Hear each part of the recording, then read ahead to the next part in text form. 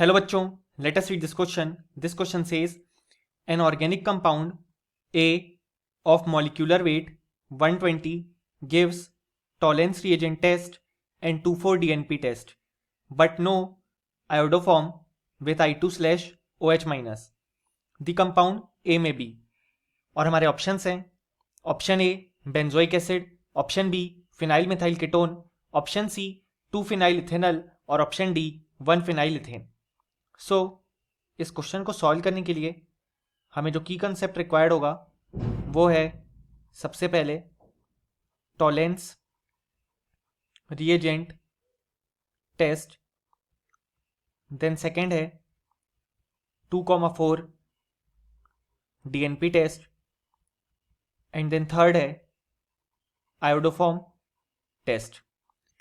सो अगर हम देखें तो हमारे जो ऑप्शंस हैं वो है ऑप्शन ए बेंजोइक एसिड, जिसका स्ट्रक्चर होता है कुछ इस तरीके का कि यहाँ पे COOH group and then benzene segment.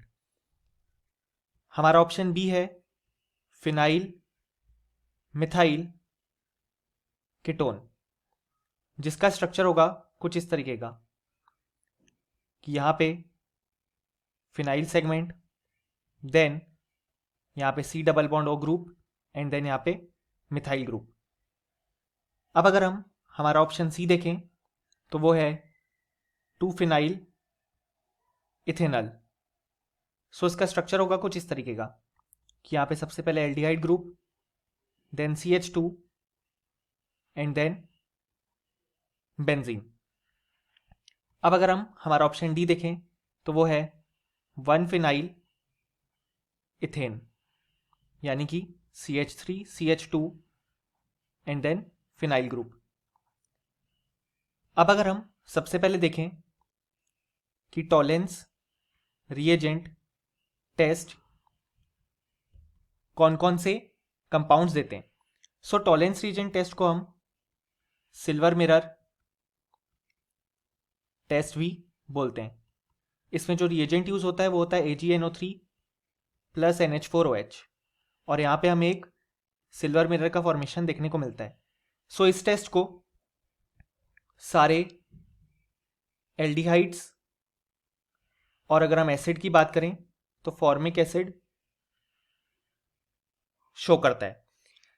अब केवल इसी पार्ट से हमें क्वेश्चन का आंसर मिल जाएगा, क्योंकि हमारे क्वेश्चन में गिवन है कि organic compound Tollens reagent test show करता है। अब अगर हम हमारा ऑप्शन ए देखें तो यहाँ पे एसिड ग्रुप है, वो भी बेंजोइक एसिड। सो ये टॉलेंस रिएजेंट टेस्ट नहीं देगा, यानी कि ये करेक्ट आंसर नहीं हो सकता। देन हमारे पास है कीटोन ग्रुप, सो ये भी टॉलेंस रिएजेंट टेस्ट नहीं शो करेगा। ऑप्शन 3 है एल्डिहाइड ग्रुप, सो ये टॉलेंस रिएजेंट टेस्ट शो करेगा। और ऑप्शन डी है अल्केन ग्रुप, यानी कि ये टॉलेंस रिएजेंट टेस्ट शो नहीं करेगा। सो हमारा करेक्ट आंसर हो जाएगा ऑप्शन सी। लेकिन अब हम बाकी सारे टेस्ट भी देखेंगे ताकि हम चेक कर सकें।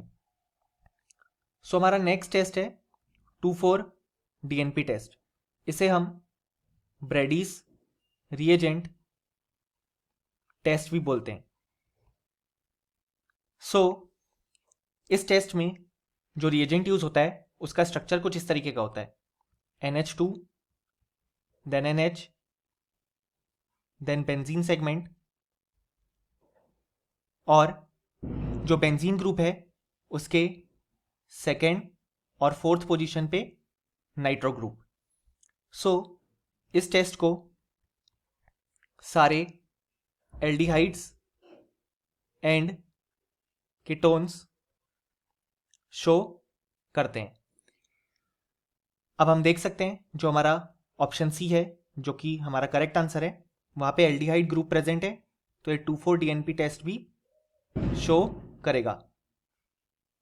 अब अगर हम देखें हमारा नेक्स्ट टेस्ट जो कि है आयोडोफॉर्म टेस्ट। सो ये टेस्ट ऐसे कंपाउंड देते हैं जिसमें मिथाइल ग्रुप अटैच्ड होता है C+O ग्रुप से, जिसे हम मिथाइल कीटोन्स भी बोलते हैं। लेकिन ये ज़रूरी नहीं कि ये टेस्ट केवल मिथाइल कीटोन्स दे। ऐसा कोई भी कंपाउंड जिसमें methyl segment attach to C double bond O group present है, वो इस टेस्ट को शो करता है। अब अगर हम हमारा जो करेक्ट ऑप्शन है उसे देखें, 2 फिनाइल इथेनॉल, जो कि C double bond O H then CH2 and then phenyl segment. So यहां पे कोई भी CH3 सेगमेंट नहीं है जो कि C double bond O group से अटैच हो, यानी कि ये आयोडोफॉर्म टेस्ट शो नहीं करेगा।